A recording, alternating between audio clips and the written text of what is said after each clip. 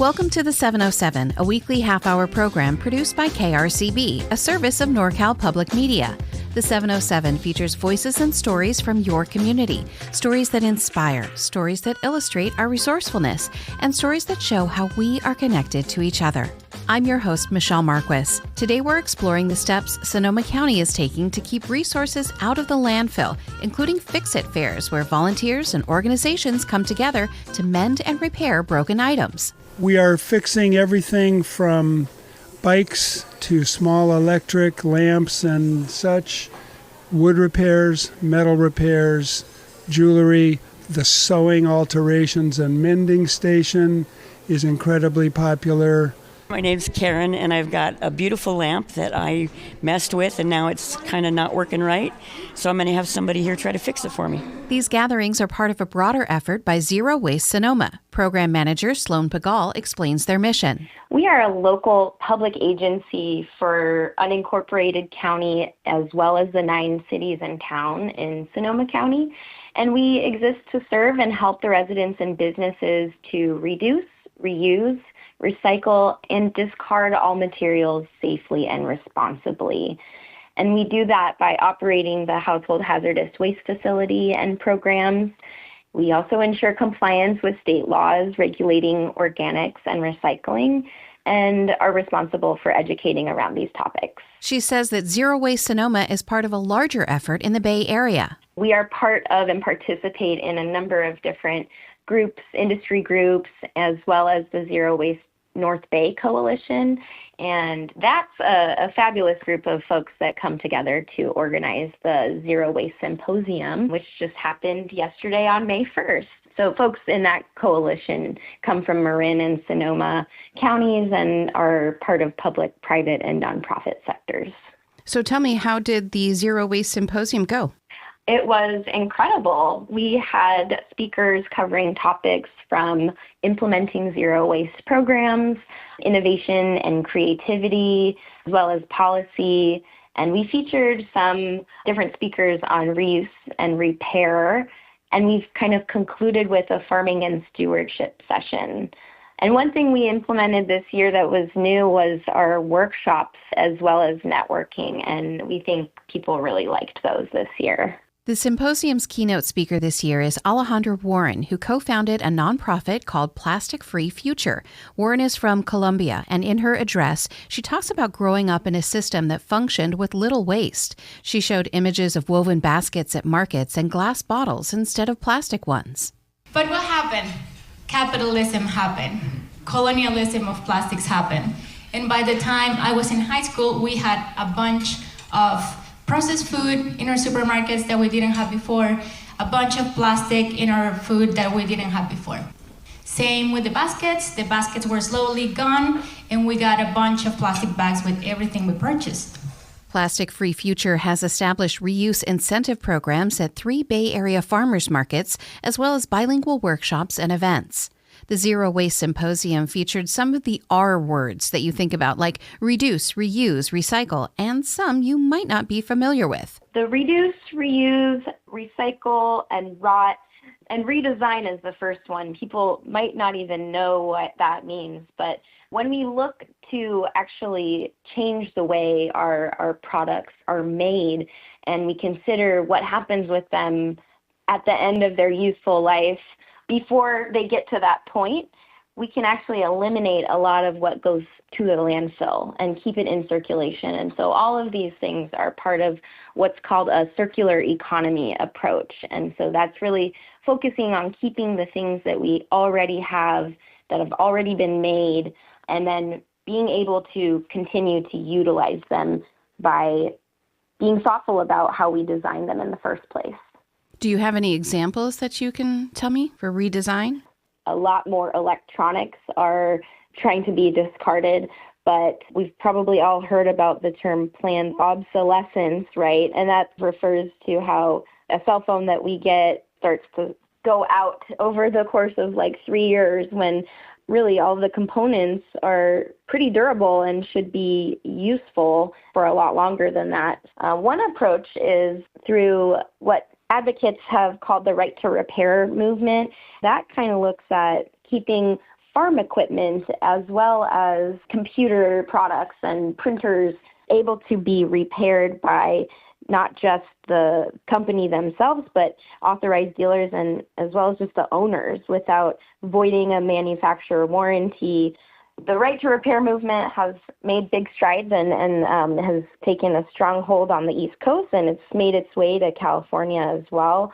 There's a lot of good materials that can continue to be used, and if we are able to have access to the proper manuals and replacement parts, then we can continue to use them rather than having them shredded. Pagal says that the last R stands for rot, and that's everything you can put into your compost bin or plant material from your garden. That is a big part of actually where zero waste can play an important role in reducing greenhouse gas emissions, because over time we've seen that about 35 to 40% of material that is going to the landfill is organic, meaning it came from a plant or a fiber or an animal, something that was alive at one point.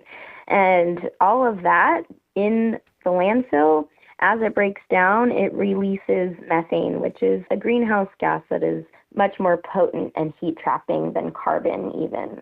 So if we can keep all of that out of the landfill and put it in our green bin or in our backyard compost pile, then it's actually going to generate compost, which then in turn goes back into building soil health. She says California is legislating to help residents and businesses keep organic materials out of the landfills with something called the Short-Lived Climate Pollutant Reduction Strategy, which was enacted in 2016. One of the changes that has happened in the last few years as well, it's a big state law called SB 1383. So this is a statewide mandate that is encouraging all of this to happen and actually requiring it. Part of that as well is food recovery efforts. We've got lots of generators here in Sonoma County, from schools to grocery stores to senior care facilities and big employers that have cafeterias, and there's just big sources of food. We are working with many food recovery organizations throughout the county to redistribute that food so it actually goes to feed hungry people rather than getting composted as a first step. That's another big thing that's happening right now, a big change that we're seeing, not just in Sonoma County, but throughout the state. The green bin materials collected here head to composting facilities in neighboring counties. That soil is then made available at compost giveaways and compost hubs. Another strategy for reducing the amount of items that get thrown away are fix-it fairs hosted in various cities throughout Sonoma County. Back in 2022, I worked with a couple of local groups and organizers to host our first Sonoma County Fix-It Fair. Actually, it was inspired by the library had hosted one, I believe it was in 2021, up at the Northwest branch. But that was kind of just a one-off thing, and we were inspired to bring it back and try to create an ongoing program. That was something that was organized originally by Zero Waste Sonoma and some other local partners, including Community Bikes, Tech Taylor, Green Links, and others. And since then, we've it became a biannual event up until 2023. And after that, I was lucky enough to begin working with a local organization called Reuse Alliance, who's really taken on a lot of the organizing and networking and community building to establish these events as recurring and ongoing. How do people participate in a Fix-It Fair? We will have a number of volunteers who have skills in repairing items like lamps and clocks and small electronics, and some people who are great menders and bicycle enthusiasts that know how to make repairs for bikes. Those are some of our more popular types of items that come through, but we also encourage people to enter the item ahead of time, to pre-register their item, to let us know a little bit more about it and maybe be able to pair them with a fixer that has skills that that might align with that. And if they can carry it in, we'll at least be able to have somebody take a look at it. KRCB's Catherine Nelson went to some of the Fix-It fairs last year. This is Steve Griffith coming to you from the El Molino High campus in Forestville on a beautiful day of reuse, fix-it, repairs, or as we like to say, fix it, do not nix it. Way too many things go to the landfill or languish, and we want to encourage people to pay attention to what they have. Don't just toss it and go for something new. My name is Emily Melville. I am the program coordinator for fashion studies at the Santa Rosa Junior College and have collaborated with Sloane with Zero Waste Sonoma, who's putting on this event. So yeah, I like to teach my students some of these skills, and it's fun to come out and share it in the community as well. What are you doing right there? Well, this sweater has a little hole in it, so I'm going to take some embroidery thread and a ballpoint needle and just stitch it back together. There are 2 upcoming Fix-It fairs, one on Saturday, May 3rd at the El Molino campus in Forestville from 10 a.m. to 2 p.m. Besides repairs for the items Pagal mentioned, there will also be a clothing swap, a taco truck, and a DJ. And the next one after that is in the town of Sonoma on Saturday, May 17th, 10 a.m. to 1 p.m. Details and registration info is available through the zerowastesonoma.gov website. You're listening to the 707 on KRCB. KRCB is Sonoma County's NPR station. Wondering what makes us stand out? It's simple, our unwavering commitment to this community. Morning music, hosted by Brian Griffith, sets the perfect tone for your day. Brian here with you on Sonoma County's NPR station. As the sun climbs high, join Doug Jane for midday music. Doug Jane with you, thanks for tuning in. It's the soundtrack of Sonoma County. Then, stay informed with All Things Considered, featuring insightful reporting from the KRCB newsroom, ensuring you're always in the loop. For Manzana, the company that helped keep Sebastopol's famous Gravenstein apple alive, their 103rd year in business will be their last. Your home for the best in local news and music. Because when the community sings, we're here to listen. Your radio, your stories, your station. KRCB 104.9, Sonoma County's NPR station.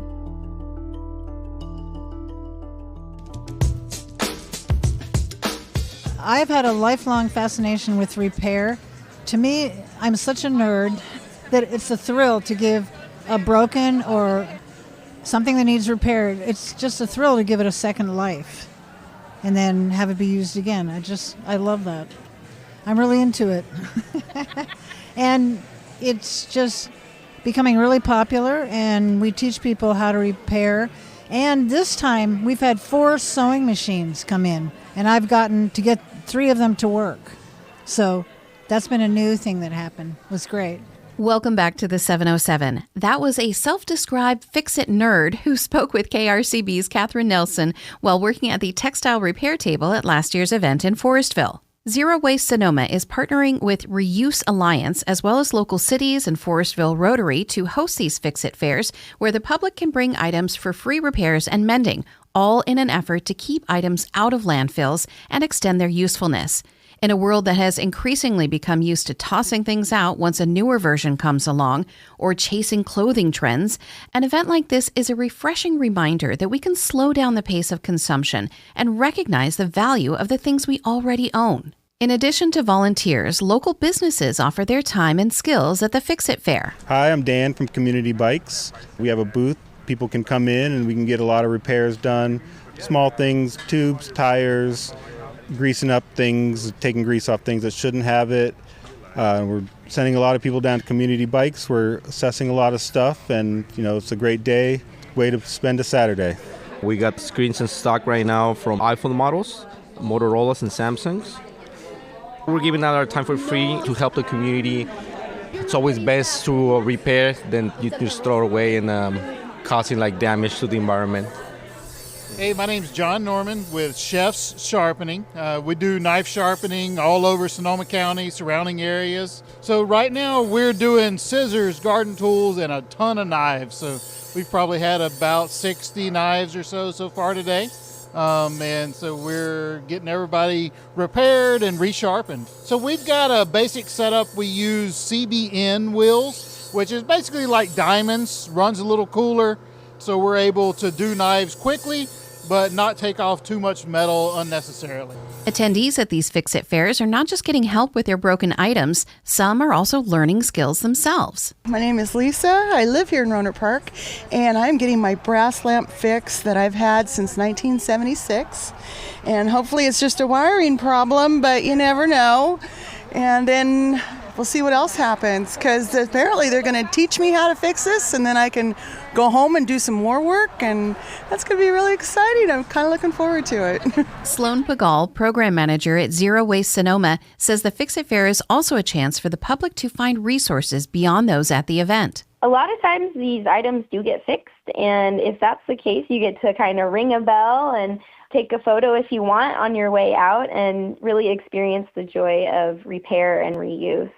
If it doesn't get fixed, there's a number of resources that you can look at and see if there's folks in this area that do those repairs or have maybe more technical or specific knowledge about, or online resources as well. In some cases, a certain part is needed, and the fixer or repairer volunteer will be able to kind of help point you in the right direction. And if it's just a simple part that you need, you can always buy it and then bring it to the next repair fair. She says there are items that are more difficult to repair, such as coffee machines like the Keurig models, things with embedded batteries, and printers. It tends to be some of the older items, like built and made in the 90s or before that, tend to be a little bit more repairable than things that were made and produced more recently in the 2000s and forward, I would say.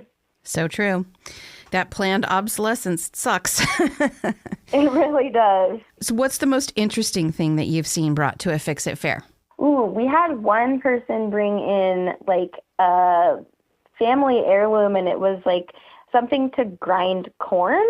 I believe they brought it in the first time the repair was diagnosed, and then there wasn't the correct part, and I believe they brought it in a month later and actually were able to get that one fixed. But it was probably, 75 to 100 years old, but a lot, metal and wood and nothing with advanced technology, I'll say. Wow. Did they have to machine a part? How did they fix it? That's so cool. It might have been that, yeah. Pagal says that many of the Fix-It fairs also include clothing swaps where the public can bring in clean clothes to donate and then look through the clothes brought by other people and take pieces home. The clothing swaps are they're really fun too, because they give people an opportunity to, somebody might not want this sweater, they've had it for 5 years, but somebody else comes in and they see, oh, this is a beautiful thing, or I want to add one of my own flourishes to it and kind of put my own signature on it. But yeah, the impact of fast fashion is so wide-reaching. We don't see what happens to a lot of this material because it is going and getting shipped overseas. You've seen probably images from Ghana, West Africa, and other places where it's just choking the beaches, and it's not like there is an away when we send things away. It has to go somewhere. But I will say something that's pretty exciting in California is a bill called SB 707 was signed into law, and it is targeting exactly this, the waste from textiles and fast fashion. And so it's in the rulemaking process right now, but we are really excited to see that this is going to put a lot more responsibility on any textile manufacturers and apparel designers that are selling into California. And it's going to give a lot of money to processors and thrift stores and anybody that has a hand in secondhand clothing or upcycling through reused and repurposed textile material, because our lawmakers are seeing it and wanting to actually take this on. It's a huge, significant part of our waste stream, and it's only growing every year. These clothing swaps are one local solution, and it's a way to kind of reconnect with the clothes that we have in our closet and bring something new into our closet without actually having to buy something. So it's really great. I ask her about the response they get from the public at these Fix-It fairs. There's something in the air at these events. If you haven't been to one before, as soon as the first bell rings after something gets fixed, it kind of sets the tone of excitement and camaraderie, and it's a really positive environment. People are excited to see their items being fixed. A lot of people bring in some things that have been in their family for a long time, some like lamps and old grandfather's clock, like a small table clock, and wanting to keep it in use and not knowing exactly how. We'd love to have more people come out to these events and experience that joy of reuse. The connections forged between people are just as valuable as the repairs made at a Fix-It fair. The point is, I don't know. I plug it in, it doesn't turn on. Okay, well, that's what's wrong, I guess. It doesn't work, right? Yeah, isn't that the point? I mean, did it work? It worked at one time, yes. I bought it here's this. Does this help you? But thank you, yeah. I don't know, like if you can, like it may be something inside the motor, I don't know. Well, we'll plug it in first. What's this? See what happens.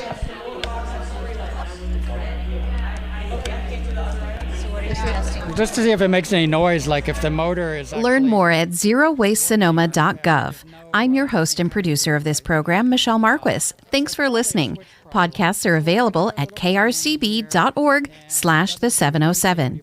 Email topic and guest suggestions to the707@krcb.org. This show is a service of NorCal Public Media. Our president and CEO is Darren Lachelle. At this point. It could be the motor. It could be the motor.